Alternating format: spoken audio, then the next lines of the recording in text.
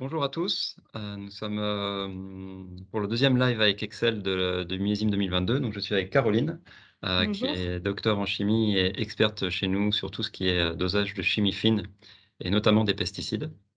Donc on voulait vous réunir et échanger avec vous à cette occasion de ce deuxième en live pour continuer à faire un bilan des analyses que l'on réalise, sur les raisins et les vendanges, 2022.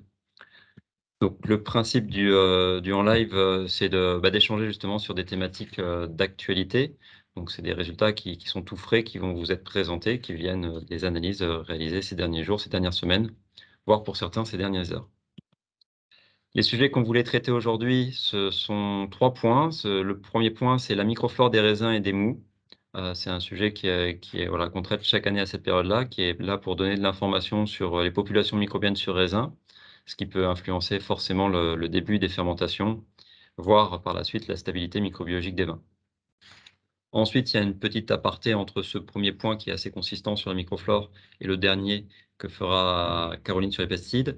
C'est quelques exemples de nouvelles analyses physico-chimiques, alors nouvelles, dans leur réalisation, en tout cas au laboratoire, pour, sortir un peu du carcan, classique des analyses, physico-chimiques des raisins et essayer d'observer ce millésime 2022 qui est, atypique à certains égards, eu égard à la période estivale chaude et sèche que nous avons eue et on regardera certains paramètres, dont le delta C13 dont nous avons parlé déjà lors du premier en live avec Excel.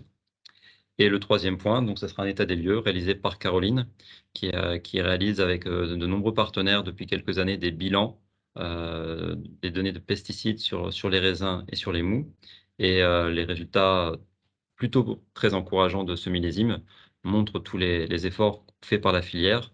Donc c'était aussi intéressant de les illustrer et puis de voir un peu, les produits qui restent, des sujets, en termes de rémanence. Donc la microflore sur raisin, vous savez, notre objectif, c'est, d'analyser, les raisins à arriver à maturité pour regarder les populations microbiennes. Cela peut permettre, d'influencer la gestion des phases préfermentaires et fermentaires, l'usage éventuellement de levures sélectionnées, leur pilotage, le pilotage des concepts de bioprotection notamment. Donc ce qu'on fait, c'est qu'on prend les raisins et on fait des dénombrements des populations microbiennes et puis on va aller chercher certaines espèces en particulier. Donc lors du premier en live avec Excel, on avait donné les résultats des populations de levures et de bactéries, sur raisins. Donc c'était les résultats présentés ici avec marqué début septembre, où on avait vu globalement une population de bactéries, plus importante que celle de levures, ce qui est assez atypique et assez, différent des derniers millésimes. Ce qu'on a pu actualiser, c'est, des échantillons arrivés entre le début septembre et aujourd'hui. Donc à mi-septembre, ce qu'on voit, c'est que les bactéries, restent à des niveaux de population très élevés. Alors en microbiologie, on parle souvent de la puissance, hein, donc 2,5 10 puissance 7 et 1,3 10 puissance 7, c'est le même chiffre, hein. Vous verrez par la suite des graphiques avec des barres d'erreur. On est sur des observations assez globales, donc il n'y a pas de grosse évolution de la population bactérienne. Elle reste dominante.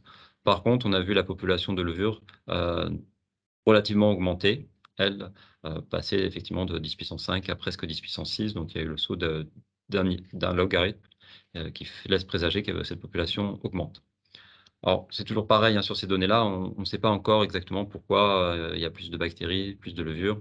En discutant avec certains microbiologistes ou avec certains œnologues, il y a une présomption du fait qu'effectivement, c'est la conséquence d'un été, relativement sec et que les levures ont besoin d'humidité, besoin de fraîcheur pour s'absorber, s'attacher, et tapisser la baie de raisin, alors que les bactéries seraient peut-être moins sujettes à ça. Mais ce n'est qu'une explication, assez grossière.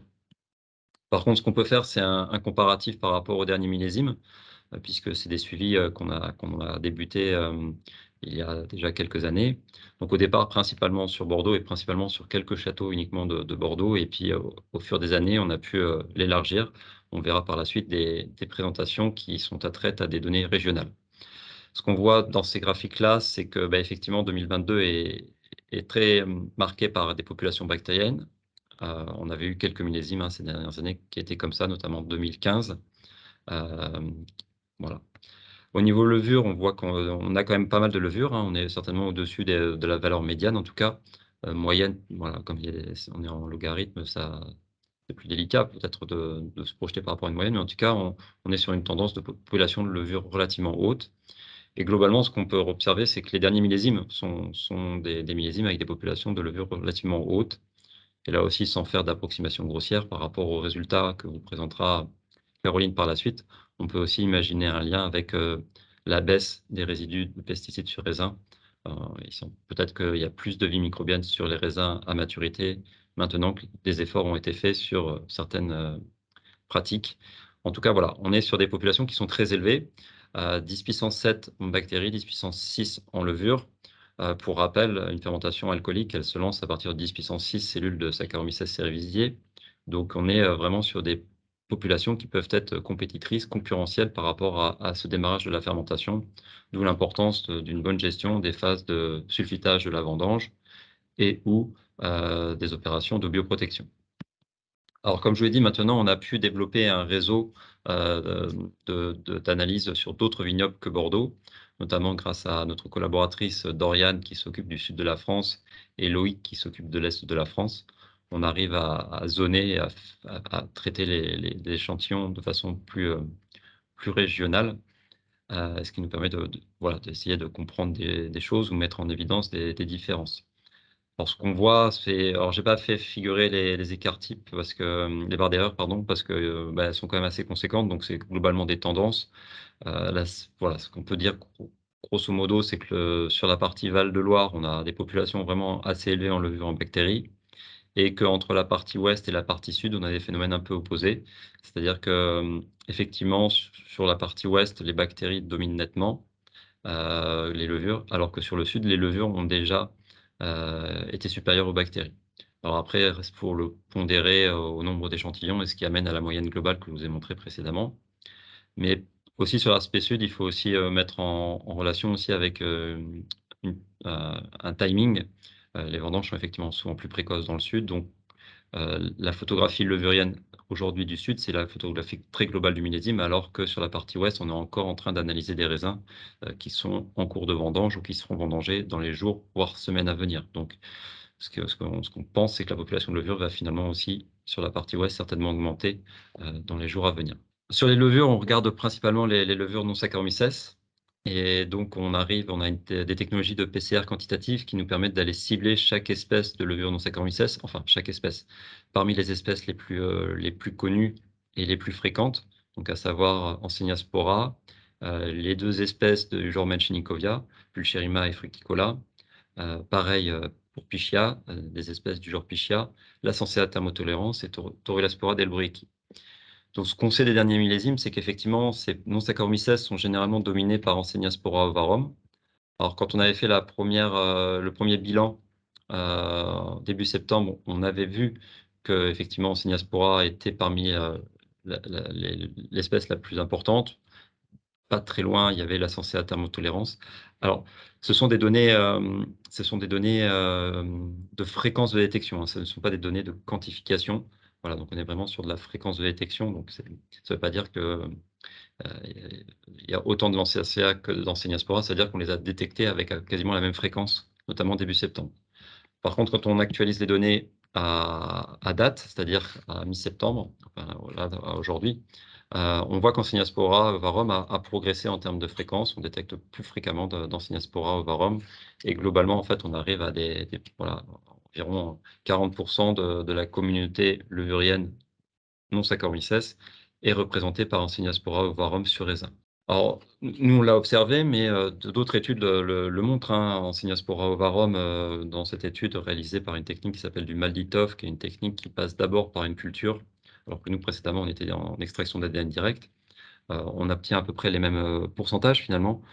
Donc c'est des résultats qui sont concordants et rassurants, qui ne sont pas non plus totalement innovants, parce qu'on parle d'Enseniaspora ovarum, mais souvent dans la bibliographie, et notamment lors de nos études, on a plus parlé de Cloequera apiculata, qui est juste la forme anamorphe d'Enseniaspora ovarum. Et donc le Cloequera apiculata, c'est globalement les levures apiculées que l'on sait dominantes sur le raisin. On les savait dominantes quand on était capable de les étudier il y a une quinzaine, vingtaine d'années avec des identifications génétiques. Ce qui a changé entre cette période-là et maintenant, c'est pas forcément la dominance, c'est le niveau global des populations. C'est-à-dire que il y a une quinzaine d'années, Cloacaera, on la décrivait comme majoritaire, mais sur des populations qui étaient autour de 10 puissance 2, 10 puissance 3 cellules par bête raisin. Là, en 2022, Enseniaspora, Cloacaera, elles sont dominantes sur raisin, mais sur des niveaux de population qui sont de 10 puissance 6, comme on l'a vu tout à l'heure. Donc ça donne quand même plus d'importance à cette information de présence d'Enseniaspora ovarum. Il y a un article qui est assez intéressant qui a été écrit par l'équipe de Bordeaux, à la fois l'équipe de l'ISVV, mais aussi l'équipe de Stellenbosch et des confrères de l'équipe de Biolafort, concernant cette levure qui donne des informations, qui recueille des informations bibliographiques qui sont intéressantes et qui montrent, aussi des éléments génétiques, intéressants. Globalement, d'un point de vue pratique, ce qu'il faut retenir de cette domination d'Enseniaspora ovarum, c'est qu'on a quand même affaire à des levures oxydatives. Les levures oxydatives, ça veut dire que s'il y a de l'air, de l'oxygène, elles vont avoir des métabolismes, pardon, qui vont créer, des molécules, oxydées. Donc, on va parler d'acide, d'aldéhyde, de cétone, des choses qui vont, pouvoir, soit avoir des impacts organoleptiques, soit avoir des conséquences, comme notamment la combinaison du SO2 par la suite. Ce que l'on voit, c'est que notamment quand il y a des phases de macération préfermentaire à faible température ou, sur blanc et rosé, des phases de stabulation aussi, bien sûr, à basse température, elles arrivent à se développer. Donc elles tolèrent bien les basses températures et parfois on débute ces phases-là à 10,3, 10,4, et on les finit à 10 puissance 7, 10 puissance 8 et là, ça devient un vrai frein à l'implantation de la levure par la suite. Parce que c'est une levure qui peut perturber l'implantation des Saccharomyces cerevisiae. On l'illustrera après. On voit qu'elle produit pas mal d'acidité volatile. C'est en lien avec ses métabolismes oxydatifs, la production d'acide et d'acide acétique en particulier, et d'autres séries d'acides gras, dont l'acide acétique fait partie, mais avec des acides gras avec des plus grandes chaînes de carbone, notamment des C8 et des C10, qui concourent peut-être à cette difficulté d'implantation de Saccharomyces cerevisiae, puisqu'on sait que l'acide octanoïque et l'acide décanoïque sont des inhibiteurs de la croissance de Saccharomyces cerevisiae. Ce qu'on a pu se rendre compte lors de différents suivis, notamment vis-à-vis de la thématique Brettanomyces, c'est que, Enseniaspora ovarum est capable en fermentation de produire des quantités importantes, en tout cas certaines souches, des quantités très importantes de vinylphénol, chose qu'on n'imaginait pas, on n'avait pas pu observer, qu'on prêtait principalement à certaines souches de Saccharomyces, voire à des bactéries lactiques. Mais ça nous est arrivé et on le voit encore sur ce millésime, d'avoir des moûts en fermentation avec développement d'Enseniaspora ovarum, où on dépasse 200, 300, 400 microgrammes par litre de phénol volatile, de vinylphénol, pas de phénol volatile, mais de 4-vinylphénol. Et c'est notamment lorsqu'on a affaire à des populations qui se maintiennent jusqu'à 10 puissance 4, 10 puissance 4, 10 puissance 5, en fin de FA. Donc ça aussi, c'est un peu perturbant parce qu'on pensait, et la bibliographie l'établissait, que cette levure était relativement sensible à l'alcool, alors qu'on voit qu'elle peut persister. Donc ça, c'est un exemple pour vous montrer effectivement qu'elle perturbe l'implantation des Saccharomyces. Quand on a généralement des 10 puissance 5 d'Enseniaspora ovarum, c'est le cas dans l'échantillon 49 670, et on a une perturbation de l'implantation de la LSA. Donc le profil génétique de la LSA en question, c'est le profil noté T comme témoin, et on retrouve certaines bandes, mais on voit des bandes parasites. Donc quand on fait un traitement statistique de cette image, la conclusion, c'est qu'il y a présence de la LSA, mais de façon contaminée. Ces bandes ne sont pas celles d'Enseniaspora ovarum, mais elles doivent découler de Saccharomyces cerevisiae indigènes, qui, puisque la LSA n'est pas hyper dominante, ont pu continuer à se développer, et ça peut brouiller le déroulement de la fermentation si ces Saccharomyces n'ont pas les mêmes aptitudes que la LSA en termes de capacité fermentaire. Et là aussi, c'est pour illustrer cette capacité à produire des acides gras. Ça, on s'en était observé notamment sur des itinéraires de vins blancs et rosés, à typicité très thiole, avec des stabulations très, très longues, où justement on avait vu des développements d'Enseniaspora ovarum durant la phase de stabulation. Et après fermentation, sur des fermentations qui étaient vraiment arrivées aux objectifs d'intensité au niveau thiol, tout de suite après, il y avait une déviance, une lourdeur qui était observée d'un point de vue organoleptique, constatée d'un point de vue organoleptique, et qu'on a pu confronter à des présences d'esters d'acides gras, et certainement découlant de la production plus en amont de ces acides gras par Enseniaspora ovarum. Donc c'est une levure sur laquelle il faut prêter un soin particulier, donc ne pas négliger les phases de protection préfermentaire, le SO2 et aussi la bioprotection, On l'a pas illustré ici dans cette présentation, on l'avait montré durant le printemps lors de différentes réunions techniques, mais on a de remarquables effets, d'efficacité de la bioprotection pour contrer, pour limiter la croissance d'Ancinia ovarum, notamment la levure Zimaflor égide qui donne de très bons résultats en ce sens. Sur les non-Saccharomyces, on fait toujours un peu attention à Brettanomyces et une bonne nouvelle, en tout cas à ce niveau-là, sur ce millésime, et il y en a bien d'autres, c'est l'absence de Brettanomyces. À l'heure où on se parle, on n'a toujours pas eu un échantillon de raisin où on a été capable de détecter Brettanomyces. Alors on sait que la contamination Brettanomyces des vins et hochets ne découle certainement pas du vignoble, mais il y a quand même certainement une sensibilité, une vulnérabilité lorsqu'il y en a beaucoup sur le raisin pour que le mou puis le vin puisse être affecté. Donc c'est quand même un indicateur qui nous semble intéressant à regarder et en tout cas, à date, en 2022, ni par l'analyse directe, ni par l'analyse indirecte, qui consiste en fait à placer les raisins dans un milieu d'enrichissement, nous n'arrivons à détecter de Brettanomyces. Cependant, on va quand même parler un peu de Brettanomyces parce que, on est sur le millésime 2022, mais on a encore les 2021 qui sont dans les caves et en fait, on est alerté là depuis, quelques jours lors des suivis sur les 2021 de montée, des phénols volatiles. Donc les vins ne sont pas totalement stables et on voit qu'il y a de l'activité dans ces vins. Alors, on le sait, hein, que souvent l'automne du millésime, suivant est sensible pour le millésime précédent. Ça, on peut l'illustrer d'un suivi qu'on avait fait de phénol volatile sur 10 ans sur une propriété, où on voyait effectivement quand on moyenne cette courbe qu'il y a toujours une remontée, enfin il y a toujours. C'est une période qui est un peu fragile. On peut l'attribuer à différents facteurs. Bah, il y a plus d'activité dans la cave, les températures dans la cave, enfin beaucoup de choses et peut-être aussi, les cycles, voilà, on peut tout imaginer, hein. On reste sur la vie, fongique, donc moisissure, donc les fins d'été, le début de l'automne sont aussi des périodes qui sont, voilà, qui peuvent amener une relative sensibilité. Mais en tout cas, cette année, les 2021 qui étaient relativement stables jusqu'à présent. Les 2021, en fait, on avait une séquence de production de phénol volatile sortie de fermentation. Il y avait eu un petit bruit de fond, puis après, ça avait été relativement calme. Mais là, on a l'impression qu'ils se réveillent. Donc, on est, voilà, sans faire peur, hein, c'est pas l'objectif. C'est juste voilà, si vous en avez l'occasion, d'y prêter une attention parce qu'effectivement, vous êtes certainement concentré sur les 2022, mais ça serait dommage en décembre, reprendre les 2021 et qu'ils aillent explosé en termes de phénol volatile. Donc globalement sur la microbiologie, pas des raisins 2021, désolé pour la coquille sur la slide, mais des raisins 2022 bien évidemment. Les 2 bactéries dominent toujours, ce qui est relativement atypique. Des bactéries plutôt à Gram négatif, à coloration de Gram négatif comme on l'a vu lors du premier en live. Mais les populations de levure progressent et globalement, il y a quand même une forte population microbienne sur raisin, que ce soit ces bactéries et ces levures. Les Enseniaspora sont particulièrement présentes et actives, donc il faut les surveiller. Il n'y a pas de Brettanomyces détecté à ce stade, mais voilà, c'est qu'une partie, du puzzle vis-à-vis de la lutte vis-à-vis de Brettanomyces, donc il ne faut pas sous-estimer justement c'est la gestion des phases fermentaires, vis-à-vis de la stabilité des vins à venir.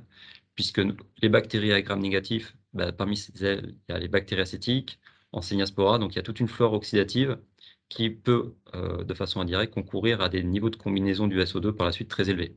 Donc et ça, on sait que ça peut être propice après à Brettanomyces. Et puis de faire attention en 2021 s'il y a possibilité de faire quelques contrôles, pour les stabiliser, avec des traitements chitosanes par exemple, pour passer les semaines à venir, pour les reprendre posément lorsque le 2022, sera écoulé et que vous aurez la possibilité de travailler sur le 2021. Donc voilà sur cette partie microbiologie. La deuxième partie, elle va être beaucoup plus courte. C'est juste qu'effectivement, on a quand même eu un été quand même particulier, hein, avec soit du stress hydrique, soit du stress thermique, soit parfois les deux. Donc en allant sur différents vignobles, on a cette subtilité, cette sémantique qui, en tout cas, et puis qui nous est souvent questionnée. On discute beaucoup de ça. Effectivement, certainement que le stress hydrique concerne principalement et beaucoup l'ouest de la France et que sur d'autres vignobles, il a fait effectivement très chaud, mais peut-être à différents moments plus ou moins sec. Et l'idée, c'est de se dire, en fait, est-ce qu'on a aujourd'hui des indicateurs qui permettent d'aller un peu plus loin que les indices classiques de maturité technologique ou phénologique Et du coup, au laboratoire, on essaye d'avoir voilà, d'essayer pas d'innover, mais de trouver des façons d'analyser différemment le raisin. Et il y a quelques années avec, Tommaso, notre directeur technique, on s'est dit: «Ça serait bien qu'on aille un indicateur, de l pas de l'extractibilité, mais du rapport jus-vendange, sur les raisins». Donc on a développé un mode opératoire, hein, qui consiste à écraser les raisins de façon très normée et procédurée pour être reproductible et puis de faire des mesures de poids et de volume pour avoir cet indice-là. Donc cet indice, il est, traité mathématiquement pour avoir, une note, de 1 à 10 pour, caractériser des raisins avec, un faible rapport et des raisins à plus fort rapport. Donc, l'an dernier, lors d'un en live avec Excel, on avait, ou il y a 2 ans déjà même, on avait montré quelques différences entre cépages. Ce qu'on voulait, c'était vous présenter, les données du millésime 2022, parce qu'on a beaucoup entendu parler de pellicules, pardon, excusez-moi, épaisses, dures, voilà, de baies petites, notamment là sur les cabernets qui sont en cours de de vendange sur Bordeaux.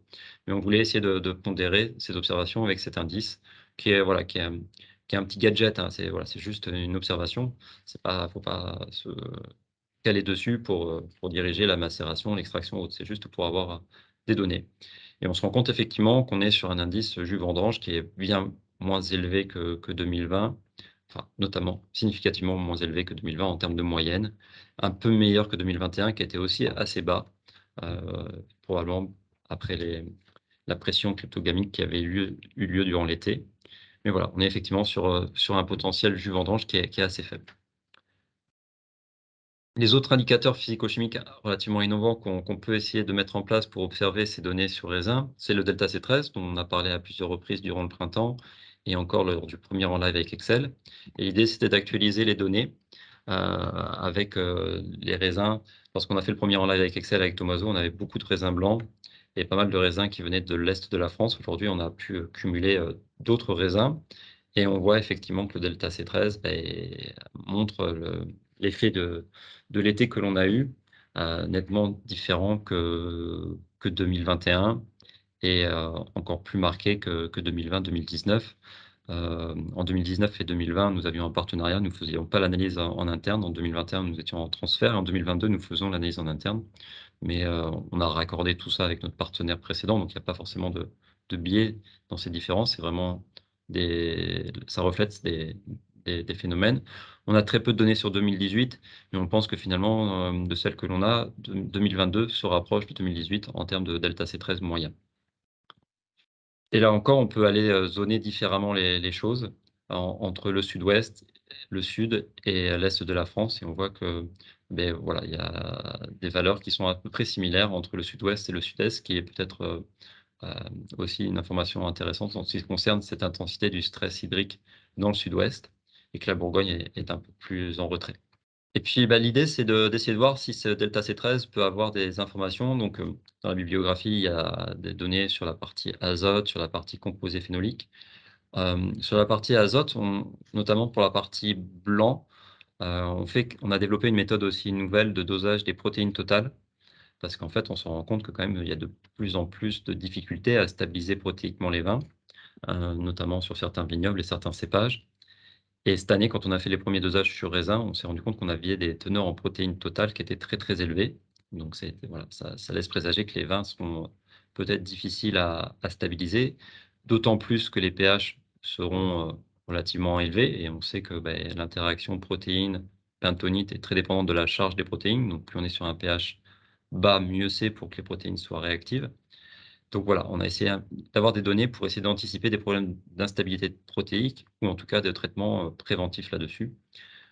Vis-à-vis voilà, il y a quelques données qui estiment que, les protéines accumulées dans le raisin le sont notamment lors de stress hydrique en tant que protéines de stress. Voilà, vous voyez que la corrélation ici, elle est pas forcément évidente. On essaiera de l'insuffler de nouvelles données, dans les mois à venir.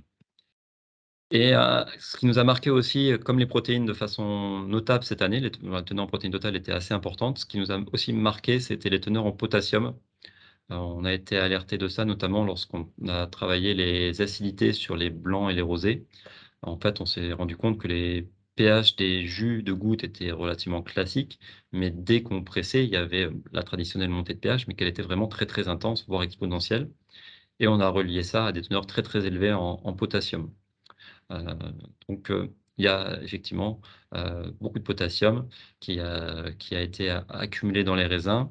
En discutant avec certains spécialistes de la partie viticole, pour eux, c'est logique, notamment vis-à-vis du stress, pas hydrique, mais plutôt thermique, qui fait que le raisin a tiré du potassium pour, se protéger, structurer sa pellicule, et ces spécialistes, éveillent vis-à-vis de certaines carences potassiques que cela a pu créer dans le végétal, et l'intérêt d'y travailler pour les prochaines mises en réserve pour préparer le prochain millésime. Donc voilà pour les 2 premières parties de ce en live avec Excel. Je vais laisser maintenant la parole à Caroline pour la partie, pesticides. Merci Vincent. Donc, bon, mais comme vient de le montrer Vincent, l'année 2020 a été particulièrement sèche, hein, ce qui a permis d'écarter certaines maladies, notamment liées aux champignons ou aux moisissures. Et donc, quelle en est, est-ce que la partie pesticides a été également réduite? Bon, il n'y a pas trop de suspense à la lecture du titre. On est plutôt sur des données positives pour 2022. Donc avant toute chose, je voulais vous rappeler, heu, ou vous exposer, les analyses que l'on réalise sur les raisins en termes de pesticides. Donc là, c'est l'un de nos packs qui est, actuellement le plus demandé, avec donc, 5 catégories de molécules. Donc on a une liste, multirésidus qui va comporter à peu près, 170 molécules. Dans lesquels il y a, donc, à peu près moitié-moitié fongicides, insecticides, et on va avoir, un 6e d'herbicides, et on a quelques métabolites, des adjuvants et des synergisants qui sont également contenus dans cette liste. Ensuite, on va avoir, une liste un peu plus, petite, enfin un groupe qui va s'appeler que l'on appelle en interne, monorésidus, qui contient, donc, des, fongicides connus, tels que, le phosétide d'aluminium et son produit de transformation, l'acide phosphoreux. On va avoir des herbicides, glyphosate en bas, fluoninate et ET-fond, qui est utilisé, notamment pour la croissance. Ensuite, on va avoir, un groupe, herbicides phénoxyacides, les dithiocarbamates et les cuivres et le cuivre. Toutes ces, molécules, vont être analysées au laboratoire avec des techniques assez poussées. Donc le cuivre va être analysé par spectromètre, d'absorbance atomique, et les pesticides, heu, organiques inorganiques vont être analysés par, spectromètre de masse en tandem pour pouvoir 2 choses. Déjà, avoir une sensibilité assez, importante pour pouvoir répondre aux exigences réglementaires, et aussi, permettre d'avoir, une confirmation poussée, heu, de la présence des composés. Donc les données sur le cuivre, le cuivre, c'est un métal que l'on retrouve, dans 100 des analyses de raisin. Lorsqu'on regarde, toutes cultures confondues, les concentrations, donc vous avez en bleu 2020, en jaune 2021 et en vert 2022. On observe qu'on a, sur le millésime 2022, une tendance avec, une concentration en cuivre moyenne qui est aux alentours de 3. On observe qu'en 2021, on avait, donc des concentrations en cuivre légèrement plus hautes, en termes de moyenne. Par contre, on observe une amplitude des données qui est vraiment plus large, avec des valeurs qui allaient, jusqu'à, 30 milligrammes par kilo. Donc on voit que, en moyenne, les concentrations, pour l'année 2021 étaient légèrement plus, élevées, par rapport, aux autres données, qui est potentiellement liée aux conditions météorologiques. Si ensuite on déconvolue les informations et qu'on regarde, suivant les types de cultures, donc pour les clients dont on a l'information, donc bio ZRP en conversion ou avec des cultures conventionnelles, on voit clairement que, les concentrations en cuivre, sont différentes suivant les cultures, hein. Donc sans grande surprise, le bio et le ZRP, ont des concentrations en cuivre, beaucoup plus élevées que ce que l'on observe en conventionnel. On va avoir donc une concentration en cuivre qui est aux alentours donc de 3 pour l'année 2020-2022 et on a vu un gap donc pour l'année 2021 qui est avec une concentration moyenne de 6 pour le bio et le ZRP, alors qu'en conventionnel, on a des moyennes qui sont plus lissées suivant les années avec des moyennes qui sont au-dessous de 1. Concernant maintenant les multirésidus, pour cette année 2022, on a retrouvé à peu près 20% des molécules qui ont été recherchées. Et lorsque l'on regarde les molécules que l'on a détectées, on a à peu près 2 tiers des molécules qui sont des fongicides, 1 tiers qui sont des insecticides, et on a un métabolite qui a été retrouvé qui est le phtalimide, dont je parlerai après. Si on compare cette année 2022 à 2021 et 2020, là encore, on observe que 2021 se détache un petit peu des 2 autres années avec une quantité de composés plus importante. Par contre, on observe que les empreintes, enfin en tout cas les familles de molécules, sont assez similaires, sont même similaires, hein, avec toujours une trentaine de fongicides détectés, une dizaine d'insecticides et un métabolite qui est le phtalimide. Concernant l'occurrence des composés pour cette année 2022, donc on observe qu'on a à peu près 6 composés qui vont être détectés à plus de 20% dans nos échantillons. On a une fréquence qui ne dépasse pas les 50%, c'est-à-dire qu'on a à peu près 35% des composés qui sont détectés donc en 2022. On observe que donc parmi les composés les plus détectés, on a le fongicide, donc le soufre S8, qui est utilisé également en agriculture biologique. Ensuite, on va avoir le zoxamide, tétraconazole, folpel, phtalimide et la méthocradine, qui sont donc des fongicides. Et on a un insecticide qui est la cialotrine lambda et un deuxième qui est l'indoxacarbe.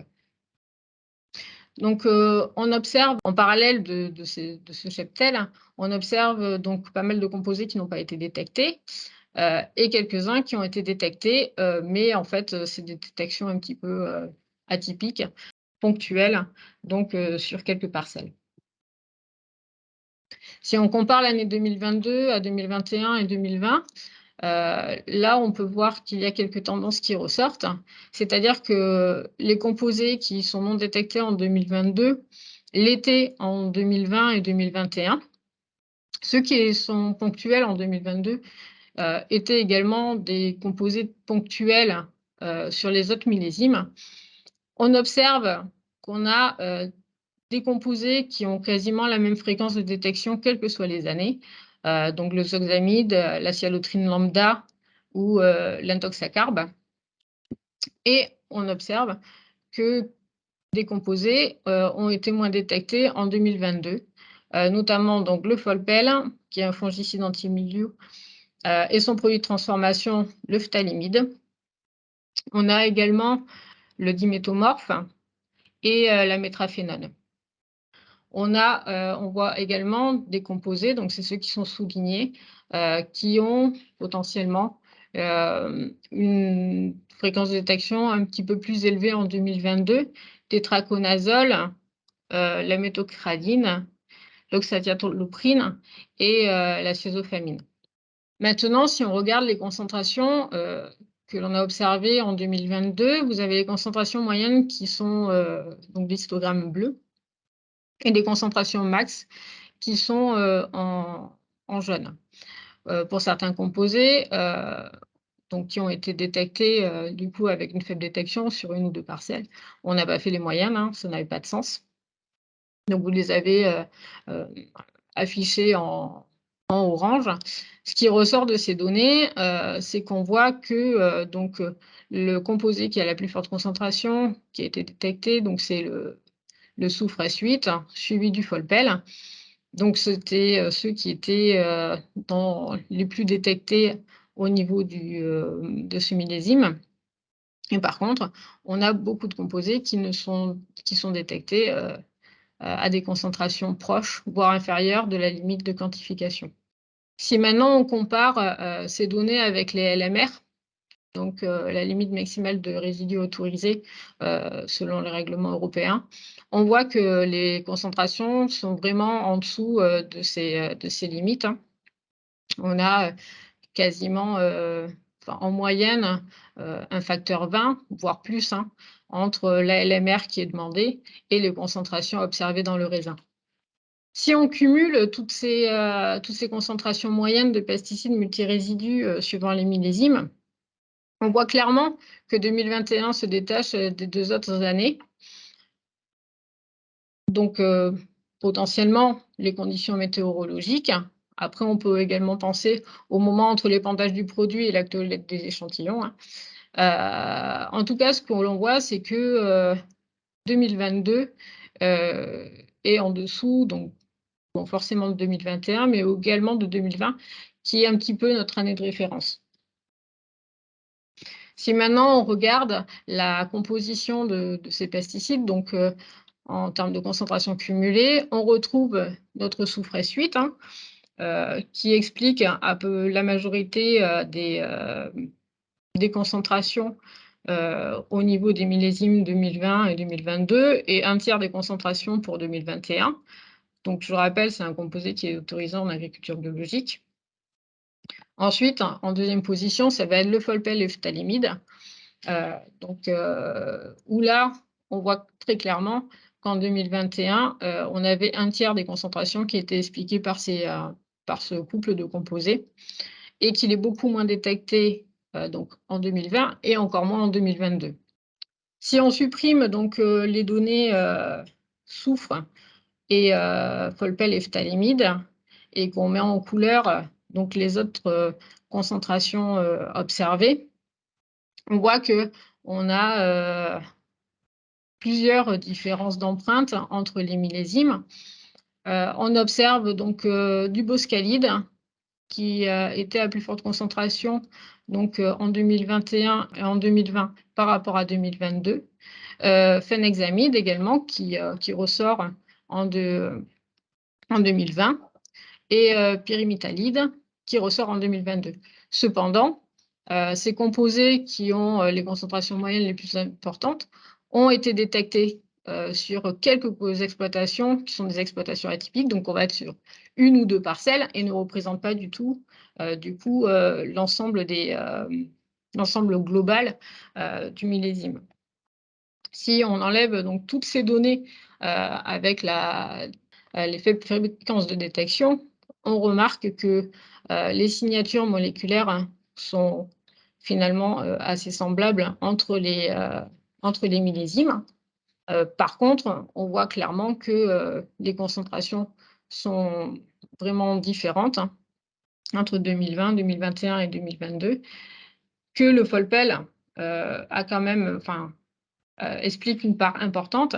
Et si on le supprime, on voit que les concentrations finalement moyennes cumulées pour le millésime 2022 sont inférieures au milligrammes par kilo.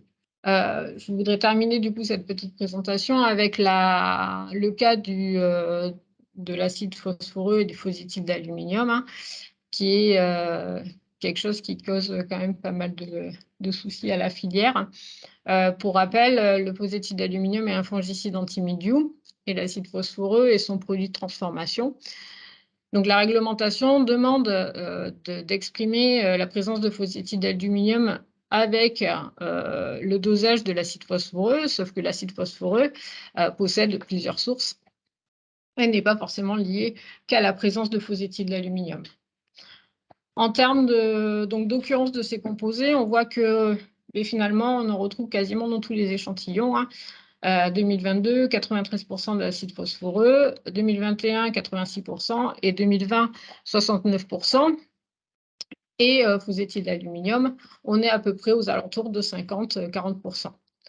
On voit que, donc, en termes si on essaye de définir une tendance entre 2020 2021-2022, c'est un petit peu délicat pour l'acide phosphoreux parce que les performances analytiques ont évolué. On est un petit peu plus sensible, donc ça peut expliquer cette augmentation de détection d'acide phosphoreux au niveau de 2022. Par contre, pour le phosphate de l'aluminium, on voit qu'on a une petite baisse entre 2020, 2021 et 2022. Si on regarde les concentrations pour 2022, pour donc le couple acide phosphoreux et phosphate d'aluminium, on voit qu'on a des concentrations qui sont extrêmement variables d'une parcelle à l'autre. On peut monter à des concentrations qui sont au-dessus de 60 mg par kilo, avec une concentration quand même moyenne qui est aux alentours de 6-7 mg par kilo. Si maintenant on regarde agriculture biologique et conventionnelle, on observe qu'on a vraiment donc une différence marquée. Faites attention aux échelles, on n'est pas du tout sur les mêmes échelles sur les deux box plots. On a en conventionnel donc quelque chose qui se rapproche de ce que l'on observe sur l'ensemble des cultures. La concentration en acide phosphoreux, du coup, au niveau donc en agriculture biologique, on voit qu'on est extrêmement faible, on est à des traces, on est aux alentours de, en moyenne, 0,3 mg par kilo. Donc, sans détection, bien sûr, de son composé parent, qui est le phosphate d'aluminium. Donc, on observe qu'il y a quand même un bruit de fond d'acide phosphoreux pour la filière bio, et ceci peut poser des soucis après en termes réglementaires pour certifier en fait les vins. Voilà, donc j'en ai fini avec la partie pesticides. Je vais laisser Vincent pour finir la conclusion. Merci Caroline. Donc effectivement, pour conclure, on va rappeler effectivement l'importance de cette flore microbienne sur ces raisins 2022. À ce stade, dominée cette microflore par les bactéries.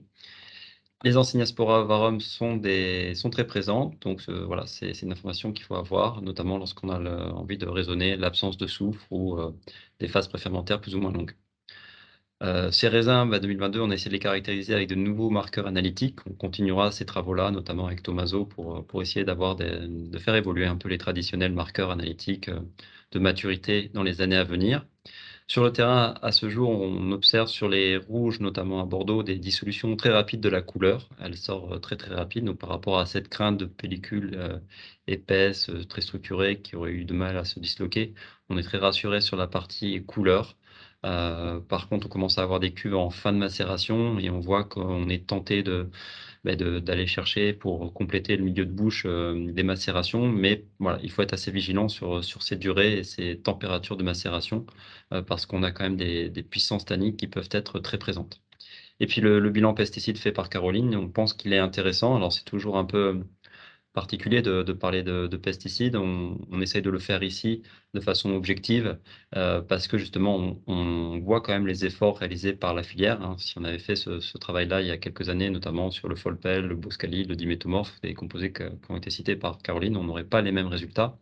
Et on voit que le Folpel, aujourd'hui, a fortement baissé, notamment. Alors, il reste un sujet, notamment dans des vignobles comme le Gers, qui a été cité par Caroline, en lien avec des contaminations croisées venant d'autres cultures, puisqu'il y a pas mal de parcelles de vignes entrelacées d'autres cultures. Mais voilà, les efforts sont là, les conséquences en termes d'analyse le montrent. Il reste comme quelques sujets comme l'acide phosphoreux, et notamment pour essayer de le faire comprendre aussi à toutes les voies de certification que l'acide phosphoreux ne vient pas que du phosétyle. Et on a aussi sur la partie chez des voies de compréhension d'apport avec aujourd'hui des essais de fermentation et autres avec des partenaires. Donc on pourra reparler de tout ça à tête reposée, comme on dit, après la campagne. On va vous remercier et dans tous les cas, on reste à vos dispositions si vous avez des questions aussi par téléphone, par mail dans les jours à venir. Donc on fera certainement un dernier live, mais qu'en fin de campagne, parce que c'est vrai que ça va relativement vite, les fermentations vont assez vite, alcooliques en tout cas. Donc voilà, c'est toujours intéressant d'échanger, mais encore faut-il avoir des données quand même intéressantes et parlantes et vous apportant de l'information. Donc on pense le faire vraiment qu'en fin de campagne maintenant. On fera certainement des réunions techniques, SmartLink aussi en fin d'année, sur la partie hygiène, puisqu'on a Paul Le Montagnier, notre étudiant en thèse, qui finit sa thèse et qui a eu des résultats très très probants lors de ces dernières expérimentations sur la formation des biofilms par Brettanomyces. vous dis au revoir et merci en tout cas d'avoir été là et puis, bonne fin de vinification à tous. Au revoir. Merci, au revoir.